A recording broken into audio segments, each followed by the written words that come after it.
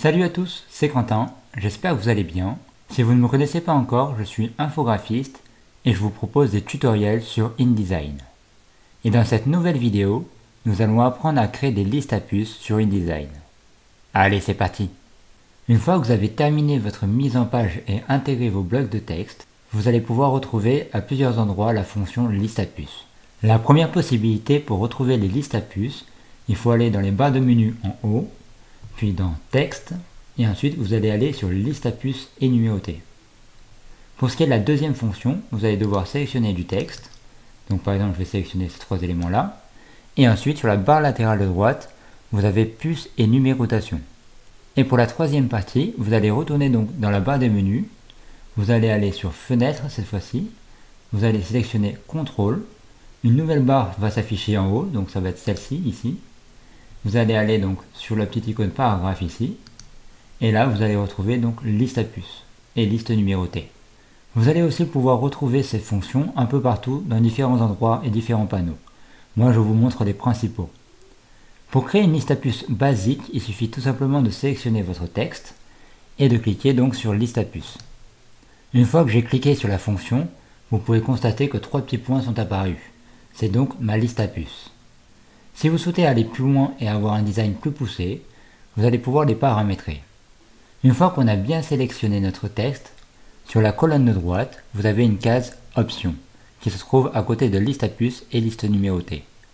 Quand on clique dessus, InDesign nous propose quelques puces, mais on peut voir que c'est assez pauvre. Nous allons pouvoir en ajouter en cliquant sur le bouton donc Ajouter.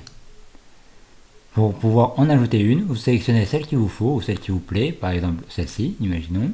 On la sélectionne et on clique sur le bouton Ajouter.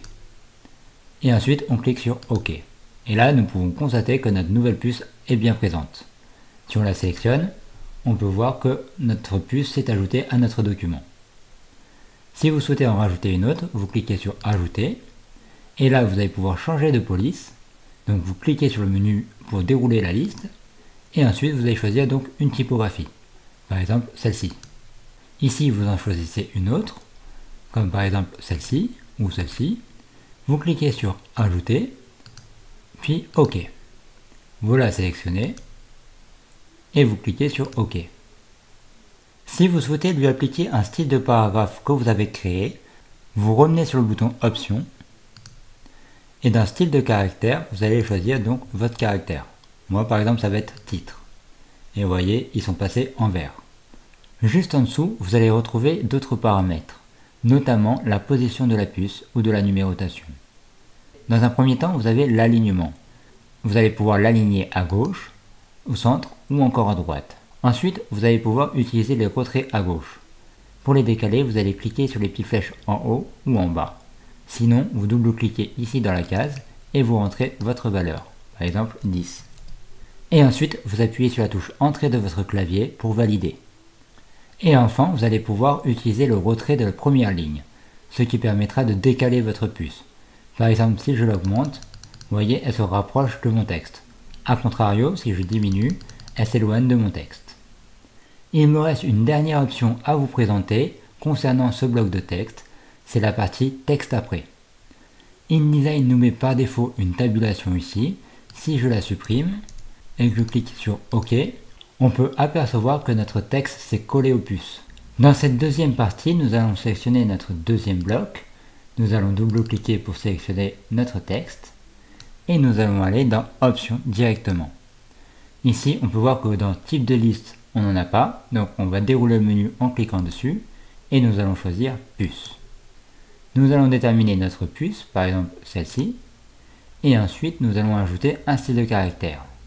Donc je déroule le menu, soit j'en choisis un parmi ma liste qui est déjà existante, et si j'en ai pas, je clique sur Nouveau style de caractère. Ici je vais aller par exemple dans Couleur des caractères, et je vais choisir une couleur, par exemple magenta.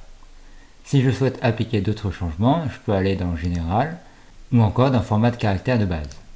Et là par exemple, je peux grossir donc ma puce. Une fois que j'ai terminé, je peux cliquer sur OK. Et là, nous pouvons voir que le texte n'est pas très bien aligné.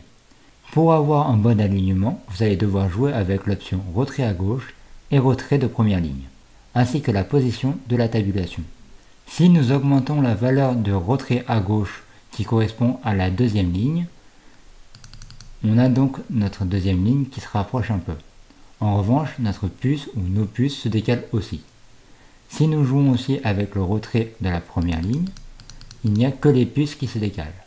Dans ce cas-là, nous allons passer le retrait de première ligne en négatif. Vous voyez, -4, -5. Et là, on a un alignement plutôt correct. Dès que vous êtes satisfait du résultat, vous pouvez cliquer sur le bouton OK pour valider. Si vous travaillez sur un document multipage, c'est-à-dire 4, 8, 16 et plus de pages, il est conseillé de créer un style de paragraphe. Pour cela, vous allez retrouver votre panneau. Pour ma part, il est ici. Si vous ne l'avez pas, vous allez aller dans les menus en haut, vous allez sélectionner Fenêtre, vous allez choisir Style, puis ensuite Style de paragraphe.